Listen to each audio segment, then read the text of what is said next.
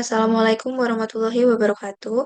Perkenalkan, nama saya Melia Anindi Samati, NRP 501723117 dari kelas ADGP. Di sini saya akan menjelaskan mengenai processing dari moving average berdasarkan data yang telah dikirimkan.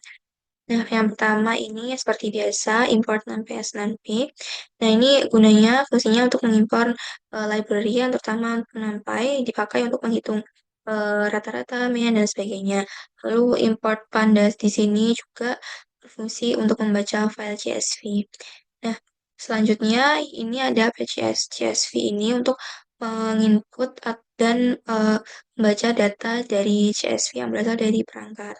Nah, di sini untuk selanjutnya ada load data, ini berasal dari pad juga.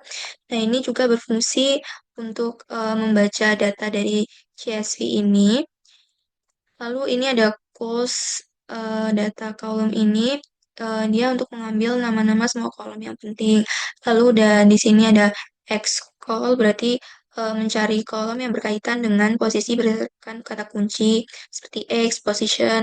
Lalu di sini juga ada spcol, di sini eh, kolomnya untuk membedakan kolom untuk mencari nilai kolom SP, self potensial. Dan di bawahnya ini mengembalikan dua array. Lalu bagian berikutnya adalah analisis dan fungsi analisis dan filtering. Nah, selanjutnya di sini terdapat noise berdasarkan deviasi gradien. Nah, pada ini itu seperti kita tuh menghitung turunan pertama gradien dari SP terhadap posisi. Kemudian standar deviasi dari gradien digunakan sebagai indikator dalam tingkat noise. Nah, lalu di sini juga ada deteksi anomali dengan anomali NP APS SP min stats min lebih besar 0,5 stats. Ini itu berarti untuk membandingkan setiap nilai SP terhadap mean titik yang lebih dari 0,5 standar deviasi dari rata-rata yang dianggap anomali. Nah, untuk selanjutnya ini terdapat Windows 3 eh, dengan nilai 3, 5, 11, 17, 30, lalu filter SNR ini berfungsi untuk mendefinisikan ukuran window untuk filtering rata-rata bergerak untuk moving average-nya. Nah, di sini menyediakan juga dictionary kosong untuk hasil filter, SNR untuk tiap window, RMSI untuk tiap window, tapi ini opsional saja. Bisa diisi atau bisa tidak. Lalu di sini ada far way in Windows. Di sini digunakan untuk melakukan moving average dan window W ini eh, di window W ini dan posisi tengah. Nah, pada ini nanti bisa menyimpan hasil sebagai array. Selanjutnya, ini selanjutnya bisa melakukan plot untuk mengetahui anomali, lalu plot noise, dan filteringnya untuk setiap window bisa dilakukan plot dan dihasilkan setelah didapatkan plot bisa ditampilkan dengan cetakan seperti ini, dengan ringkasan seperti ini, agar hasilnya atau outputnya yang dihasilkan jelas. Nah, seperti ini output-output yang dihasilkan dari script di atas terdapat raw data SP dan anomali detection-nya ini yang ada titik-titik merah. Lalu di sini juga ada gradient analyze for noise direction. Jadi ini tuh di sini tuh berupa noise. Lalu di sini ada window size 3, window size 5, window size 11, 17, 30, dan ini SNR per window dan RMSE yang sifatnya optional karena ini merupakan gabungan dari semua window. Eh, Selanjutnya saya akan jelaskan di dalam PPT untuk lebih jelasnya.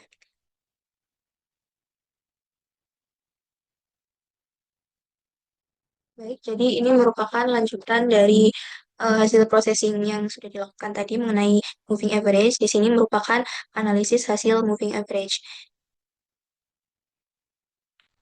Yang pertama, terdapat output anomali. Di sini terdapat raw data SP dan anomali detection. Nah, di sini untuk raw datanya itu bisa dilihat dengan eh, garis warna biru di sini. Dan anomali detection-nya terdapat anomali itu di setiap titik-titik merah ini. Jadi titik-titik merah ini menunjukkan bahwa di dalam eh, datanya itu terdapat anomali. Eh, di sini terdapat data yang spontan SP mentah terhadap jarak. Titik merah ini anomali yang sudah saya jelaskan tadi.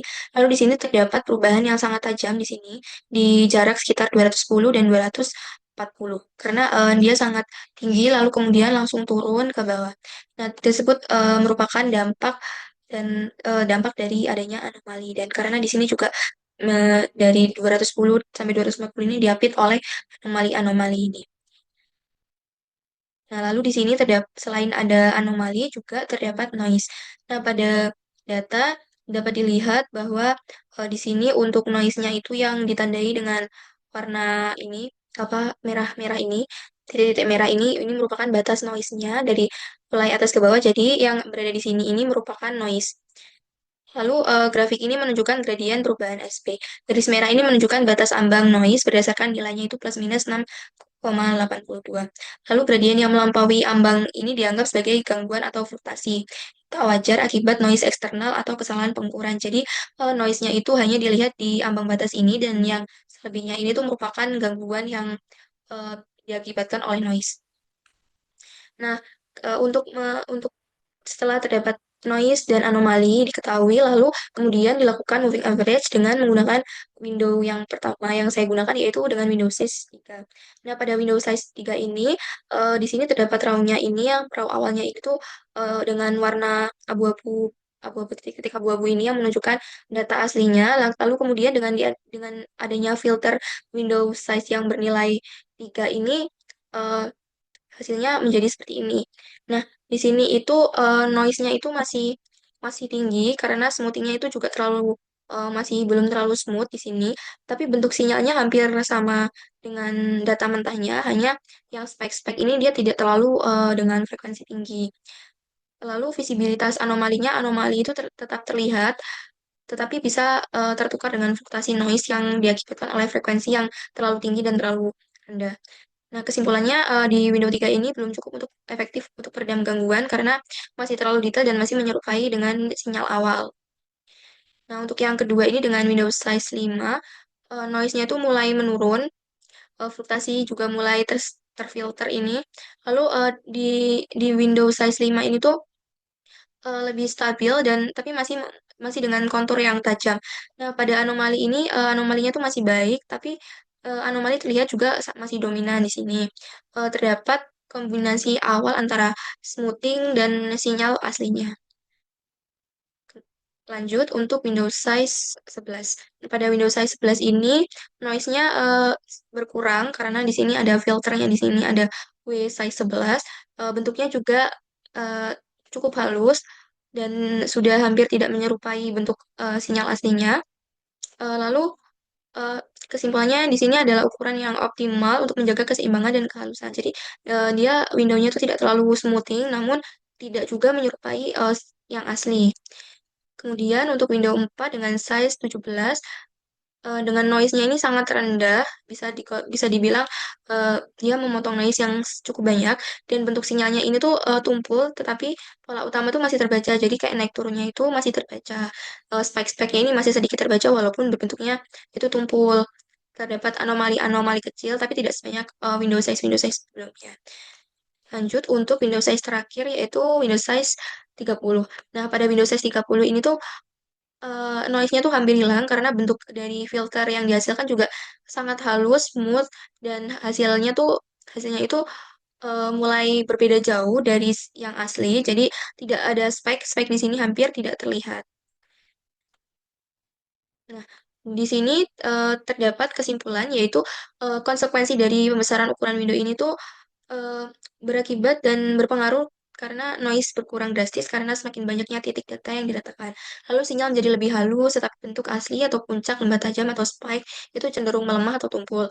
Lalu anomali kecil beresiko tertutup dan tidak terdeteksi menyebabkan hilangnya informasi. Lalu di sini dapat dijelaskan bahwa semakin besar window, noise itu semakin rendah, sinyal menjadi halus, dan detail anomali lokal tereduksi atau hilang.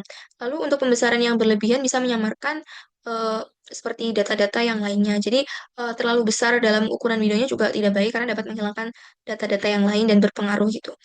Lalu untuk berikutnya, ukuran window yang paling optimal di dalam data ini yaitu kisaran 11 hingga 17. Karena pada Windows 11 ini dapat menyaring noise dengan baik tanpa kehilangan bentuk asli. Nah, pada Windows 17 ini tadi berikan sinyal yang lebih bersih, cocok untuk interpretasi. Namun, mengapa tidak memakai Windows size 30? Karena Windows size 30 tadi itu benar-benar smooth banget, smooth sekali sehingga bisa menyebabkan perubahan, maksudnya perbedaan sangat sangat berbeda dari yang asli. Jadi akan bisa menyebabkan kehilangan data dari window tersebut. Lalu di sini terdapat trade-off antara smoothing dan resolusi spasial. Di sini smoothing ini berfungsi untuk mengurangi noise dan meningkatkan keterbacaan sinyal. Tapi semakin halus sinyal, yang sudah saya jelaskan tadi, semakin rendah resolusi spasialnya dan bisa menyebabkan data itu berkurang. Lalu data kecil, misalnya zona rembesan atau retakan lokal itu bisa hilang karena adanya window yang terlalu besar. Maka window itu harus seimbang dengan keadaan data.